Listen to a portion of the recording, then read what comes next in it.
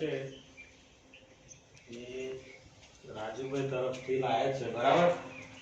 નારાયણ બાપુ, સ્વામિનારાયણ બાપુ તેમના બધા છોકરાઓ બધાને સુખિયા કરે, બરાબર? એટલે આપણે આશીર્વાદ આપવાના.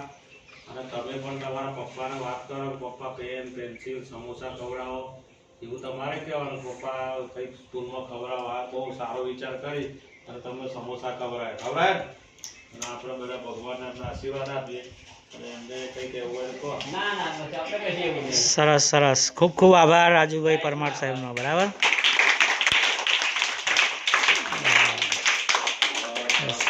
જમો જમો હવે. હા, જય નારાયણ, જય નારાયણ, જય નારાયણ, જય નારાયણ, જય નારાયણ.